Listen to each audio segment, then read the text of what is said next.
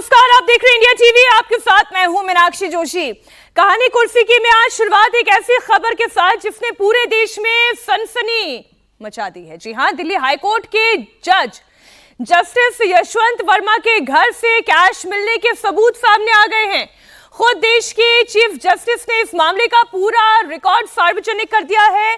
जो रिकॉर्ड है, जो प्रेस रिलीज है, वो इस वक्त इंडिया टीवी के पास भी है, एक कॉपी हमारे पास भी है। चीफ जस्टिस संजीव खन्ना ने जस्टिस यशवंत वर्मा के घर से मिले हुए जले हुए नोट के बंडलों की तस्वीर पब्लिक डोमेन पर शेयर कर दी है। साथ ही पूरे मामले की जांच के लिए 3 सदस्यों की कमेटी भी बना दी गई है। जस्टिस वर्मा को फिलहाल काम करने पर रोक लगा दी गई है। किसी भी तरीके के न्यायिक काम में उनकी इन्वॉल्वमेंट नहीं हो सकती और ऐसा इतिहास में पहली बार हुआ है जब सभी के सब रिकॉर्ड सार्वजनिक किए गए हैं, पब्लिक कर दिए गए हैं।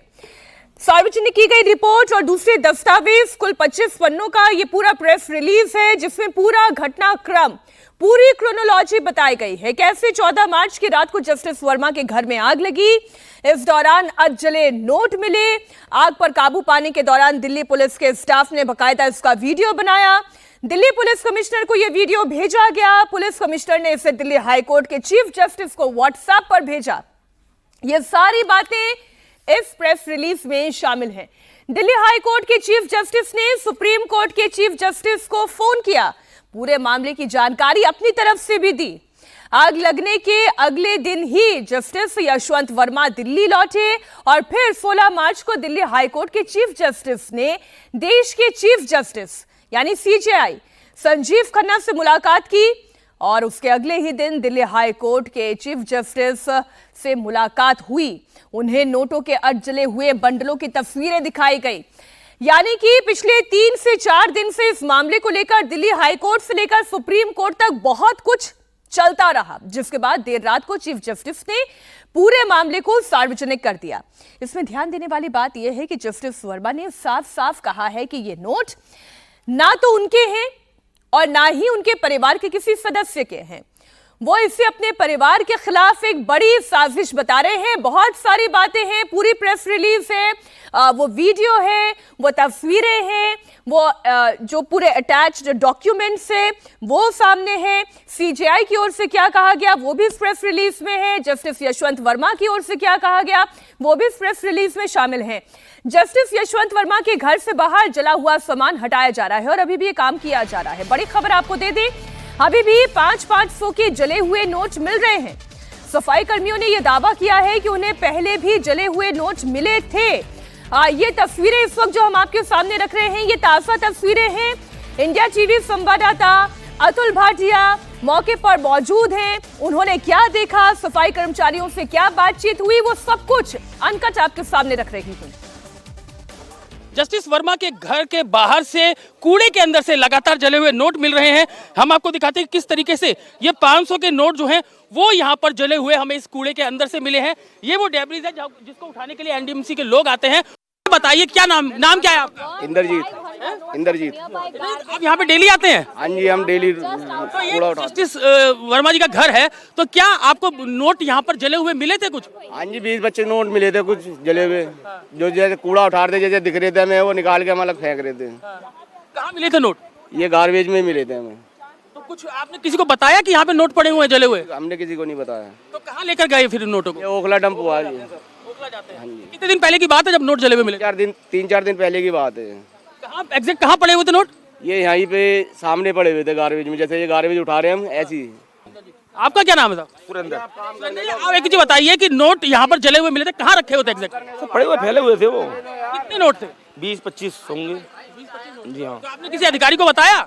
नहीं, हमारे कूड़े के लिए अधिकारी क्यों बताएंगे? मैं फटे हुए वो जले हुए नोट मिले। तो ये बिल्कुल साथ में जस्टिस वर्मा का घर है, तो आपको पता भी होगा कि किस तरीके से नोट यहाँ पर जले हुए मिले हैं घर के अंदर।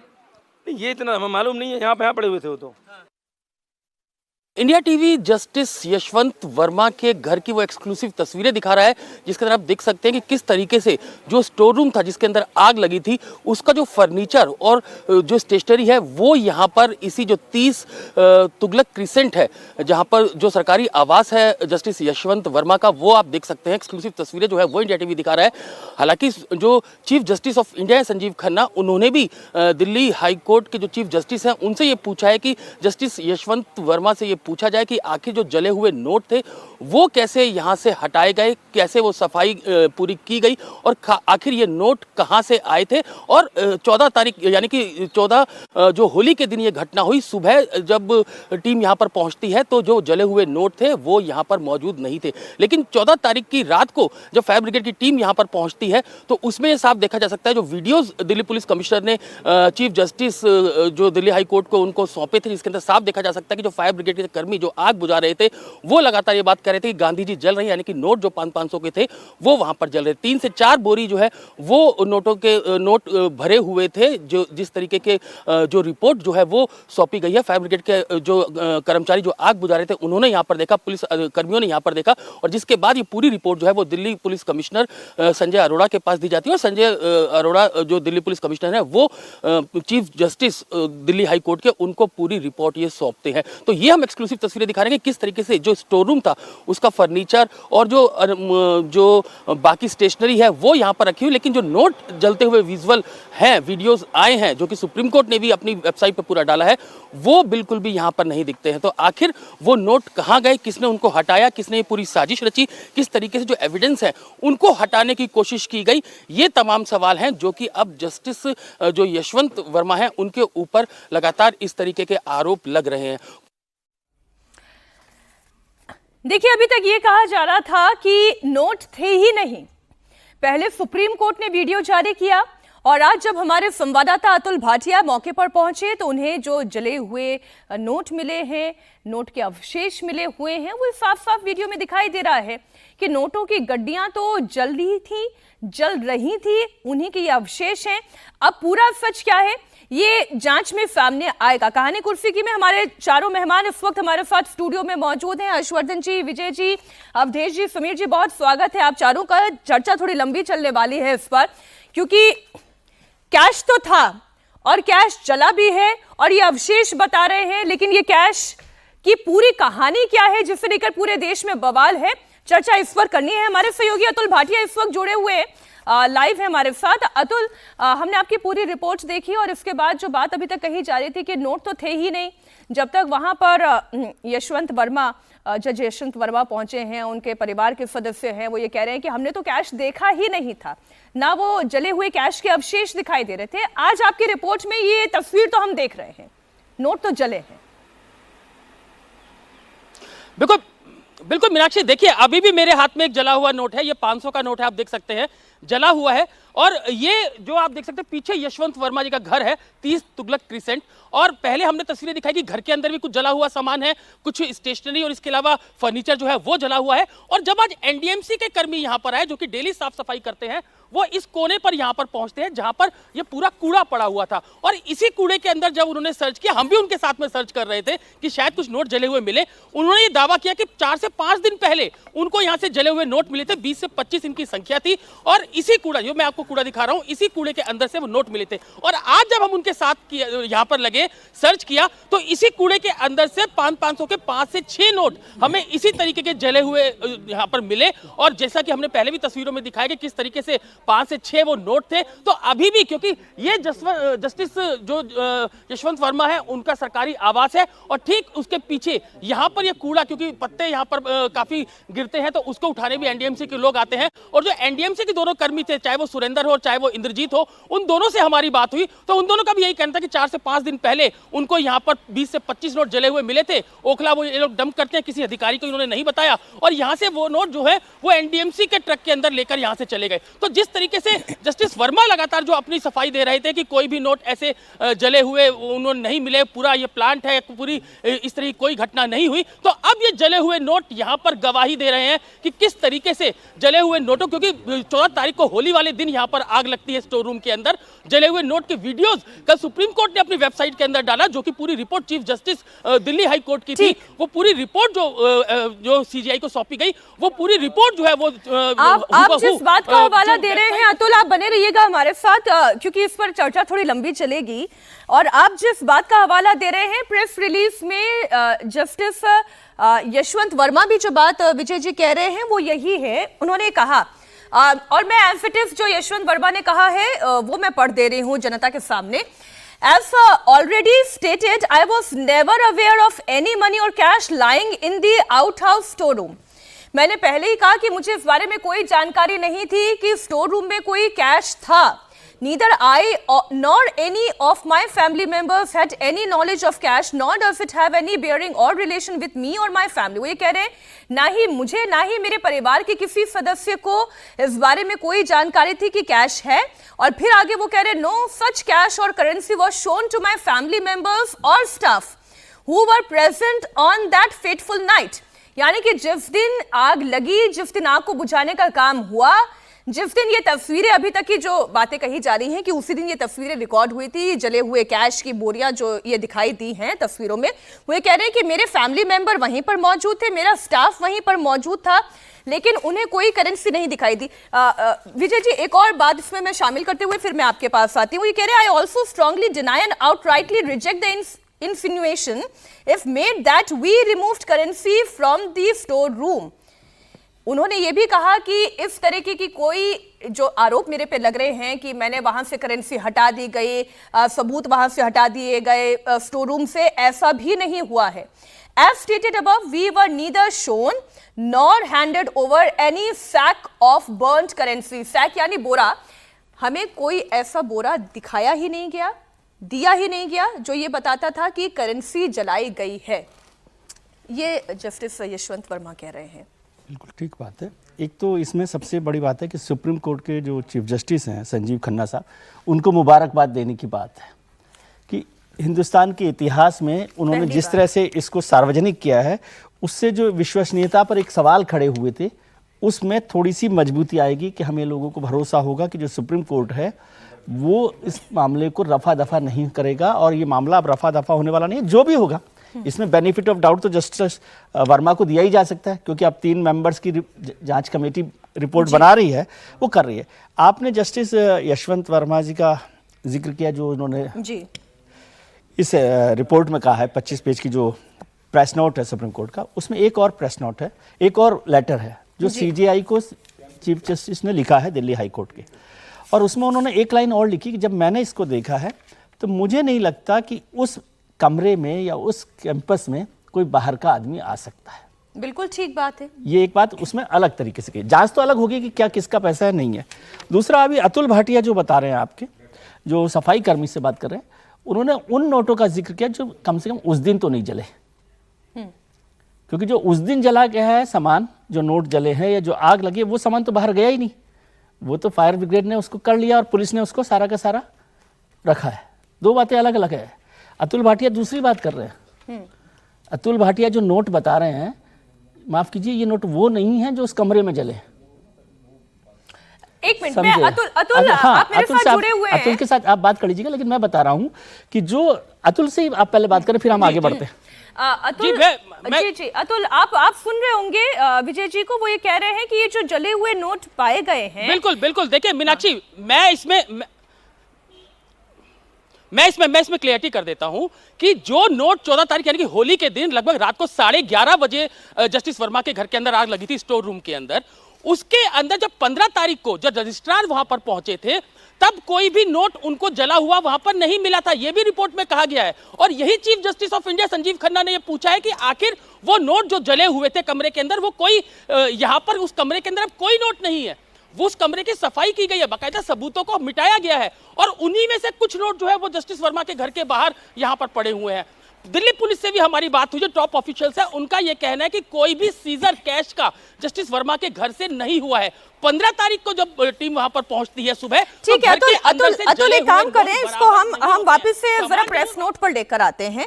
और जो बात आप विजय जी कह रहे हैं वो तो अब इस पर जो 3 सदस्यीय जजेस की कमेटी है, मैंने कहा वो नोट अलग है। अच्छा। दूसरी बात एक और जो आप कह रहे हैं और जस्टिस वर्मा ने कहा कि वहां नहीं बताई गई, ये फायर ब्रिगेड का वो है लेटर, इसमें क्या कहा गया है आप पढ़िए ना सब चीज़ों को। उसमें लिखा है कि ये दिसंबर 14/3/25 को जो हुआ आग की सूचना मिली पीसीआर कॉल के माध्यम से। एक तो फायर ब्रिगेड को फोन नहीं किया गया था, पीसीआर को किया गया था। खैर वो तो ठीक है, पीसीआर को इमीडिएट कोई करता है कॉल। तुरंत दमकल की 2 गाड़ियां मौके पर बुलाई गई, ये सब हुआ। और उसकी आखिरी लाइन पढ़िए, उक्त कमरे में आग के काबू आने के बाद 4-5 अजली बोरियां मिली है, जिनके अंदर भारतीय मुद्रा भरे होने के अवशेष मिले हैं। ये तो फायर ब्रिगेड कह रही है, इसमें क्या आप बात कर रहे हैं कि मिला कि नहीं मिला, किसने रिपोर्ट किया है?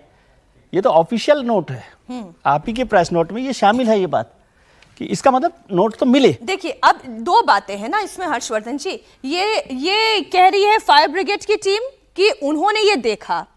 यशवंत वर्मा कह रहे हैं कि मेरी बेटी वहीं पर थी, मेरे परिवार के सदस्य वहीं पर थे, मेरे पीएस वहीं पर थे, लेकिन उन्होंने ऐसा कुछ नहीं देखा। हर्षवर्धन जी नहीं, फिर तो मुझे लगता है कि सबसे पहले जज साहब की और उनके पूरे परिवार की नेत्र दोष की कोई ठीक से इलाज की व्यवस्था हो, वो किया जाना चाहिए, क्योंकि और सब बातें अपनी जगह है।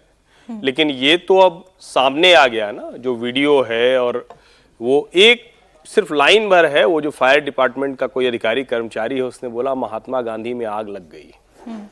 वो वैसे तो नोटों के संदर्भ में कह रहा है, लेकिन ये भारत में जिस तरह की व्यवस्था चल रही है, जिस तरह से लोकतंत्र में लोक का भरोसा घटता जा रहा है, वो सचमुच महात्मा गांधी में आग लग गई।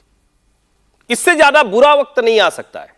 और निश्चित तौर पर chief justice of India Sanjiv Khanna ji बधाई के पात्र हैं, प्रशंसनीय काम किया है उन्होंने। लेकिन देश के लोगों को हमेशा लगता है कि ऐसे बड़े मामलों में जब ऐसे प्रशंसनीय कार्य हो जाते हैं तो परिणति तक नहीं पहुंचते हैं।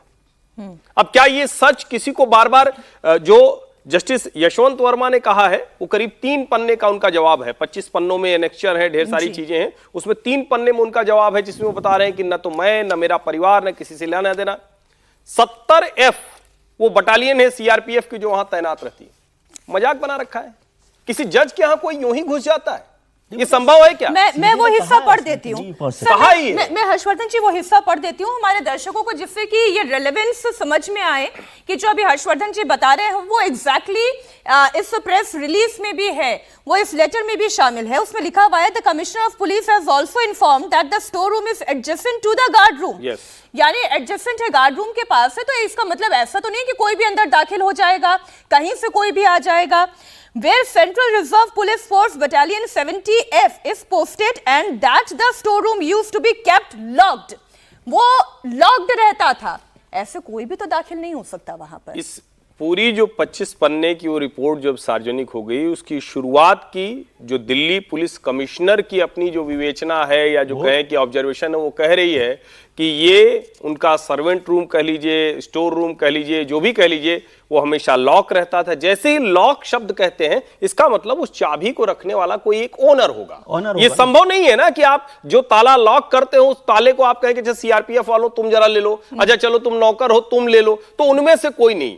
जब यशवंत वर्मा जी का पक्ष आता है तो उसी में वो कहते हैं कि हमारा इस पैसे से कोई लेना देना नहीं है। अब अगर इतने पैसे कोई जज के घर में जाके डाल आ रहा है, तब तो और बड़ा सवाल खड़ा हो जाता है कि कौन है भैया कि इतने बोरे जाके, अब अगर बोरे डाल सकता है तो बम भी डाल सकता है, लॉक भी किया और उसके बाद वो लॉक कर देता है। फिर यशवंत वर्मा कहते हैं कि नहीं नहीं, हम तो जब गए तो सब कुछ खुला होता और कभी ये बंद ही नहीं होता था, हम तो उसमें जो भी सामान अनयूज्ड होता था डाल देते थे। अब इस देश का बड़ा वर्ग, मीनाक्षी जी, इसको सबको ध्यान से सुनना चाहिए, सोच रहा होगा कि हे प्रभु, एक दिन हम पूरा दिन खटते हैं तो कहीं 500, कहीं 800, कहीं 1000, चलो ठीक है, जो बहुत कमाते होंगे औसत वाले में आ जाइए तो 5-10 हजार कमा लेते होंगे, और यहां बोरे में रुपया पड़ा हुआ है, खुला रहता है, जिसकी चिंता भी नहीं है। तब तो बड़ा विचित्र सा है। और मुझे लगता है कि इसकी परिणति कुछ भी हो, इसमें कुछ भी आए, लेकिन खुद सर्वोच्च न्यायालय की जो 25 पन्ने की रिपोर्ट है, जो एनेक्चर्स हैं, जो वीडियो है, और महात्मा गांधी में आग लग गई है। महात्मा गांधी जी का इस तरह का जो अपमान की बात की जा रही, वो सिर्फ करेंसी के अपमान की बात नहीं है, नैतिकता, शुचिता, सब कुछ ध्वस्त हो गया है। और इस विश्वास को वापस लाना ये न्यायालय की ही जिम्मेदारी। मैं फिर कह रहा हूं, ये जितनी बातें हम लोग कह रहे हैं, ये किसी के मन की बात नहीं है। सर्वोच्च न्यायालय के 25 पन्ने की रिपोर्ट ये कह रही है। Harish Salve, Kapil Sibal, Allahabad high court bar association के प्रेसिडेंट अनिल तिवारी, बड़े बड़े वकील, वो सब कह रहे हैं संकट बड़ा है। दिल्ली हाईकोर्ट के चीफ जस्टिस कह रहे हैं कि इतने भर से काम नहीं चलेगा भाई, ये कुछ करना पड़ेगा। मैं इसी को ऐड कर देती हूँ। देवेंद्र कुमार उपाध्याय जो बात कह रहे हैं, वो यही कह रहे हैं, the inquiry conducted by me prima facie does not reveal possibility of entry or access to the room by any person other than those residing in the bungalow। यानी कि उस बंगलो में रह रहे लोगों के अलावा किसी का और बाहर से आने की संभावना नहीं बनती है। अब कौन रह रहा है बंगलो में? The servant, the gardeners, the CPWD personals, if any. Accordingly, I am of the prima facie opinion that the entire matter warrants a deeper probe। यानी कि गहरी जांच की, छानबीन की इसमें आवश्यकता है।